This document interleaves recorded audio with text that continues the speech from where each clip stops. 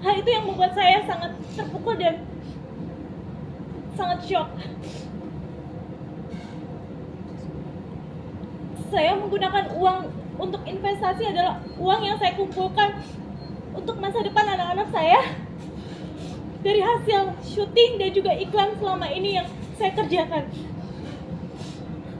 Total kerugian seluruhnya diperhitungkan dari modal gabungan antara modal saya pribadi, suami saya, dan juga modal dari dua perusahaan saya, yaitu PT Bunga Cipta Mandiri dan Bunga Kreatif Studio, dengan modal keseluruhan mencapai kurang lebih 15 miliar.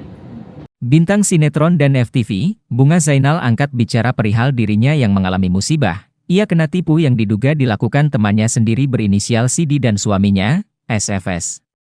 Tak tanggung-tanggung, Bunga Zainal kehilangan uang sebesar 15 miliar rupiah atas dugaan penipuan berkedok investasi yang diduga dilakukan oleh CD dan SFS. Hal ini diungkapkan Bunga Zainal dalam jumpa persnya di kawasan Kemang, Jakarta Selatan, Kamis, 29 Agustus 2024.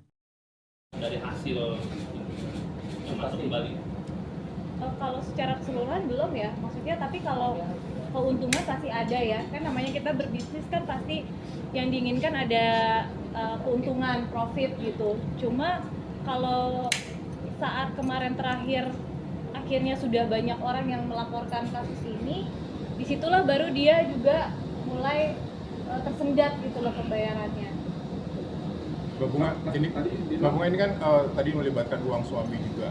Suami juga ikut karena diajak oleh Mbak Bunga. Apakah dengan adanya kasus Mbak Bunga jadi disalahkan seperti itu, ada komunikasi jadi kurang baik? Alhamdulillah banget ya, suami saya itu sangat support banget gitu. Dia adalah orang di garda depan saya ya. Mungkin saya merasa bersalah karena saya juga adalah orang yang menjerumuskan dia gitu, dan uang anak-anak saya. Tapi sampai saat ini suami saya nggak pernah sih nyalain saya gitu. Dan masih sangat support saya. Uang itu dikumpulkan setelah berapa tahun Mbak mungkin? Aduh Mbak, udah dari saya, mungkin manajer saya tahu lah saya kerjanya kayak apa gitu. Saya memang kalau di bidang entertain kan saya selalu di bawah naungan manajemen dan juga perusahaan saya. Jadi makanya uang yang hasil kerja saya itu masuk ke perusahaan saya gitu. Mbak mungkin dilakukan nanti pidana apa perdata mungkin? Pidana penipuan dan penggelapan, karena ada banyak dokumen yang dia palsukan. Salah satunya adalah dokumen perusahaan saya, terus juga ada pencemaran nama baik saya juga, penggelapan untuk mempengaruhi suami saya. Jadi di awalnya itu suami saya nggak pernah tahu kalau uang yang saya keluarkan itu senilai 6,2 miliar gitu secara bertahap. Suami saya hanya tahu sekitar 2 miliaran. Tapi terlapor ini meminta saya untuk mengelabui suami saya dengan cara membuat timetable palsu, dan saya lakuin gitu, saya nurut aja gitu. Timetable itu untuk apa Mbak? Jadi timetable itu biasanya kita buat untuk informasi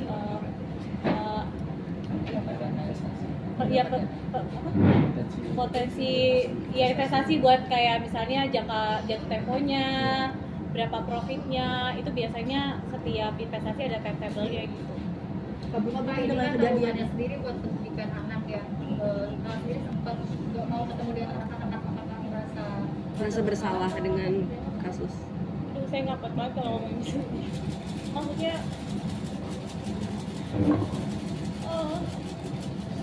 ya seperti dari bilang, saya tuh anaknya kerja keras banget ya Mbak. Jadi setelah saya nikah punya anak, saya tuh udah nggak mikirin buat syuting tuh buat diri saya gitu. Emang benar-benar saya kumpulin buat anak-anak saya.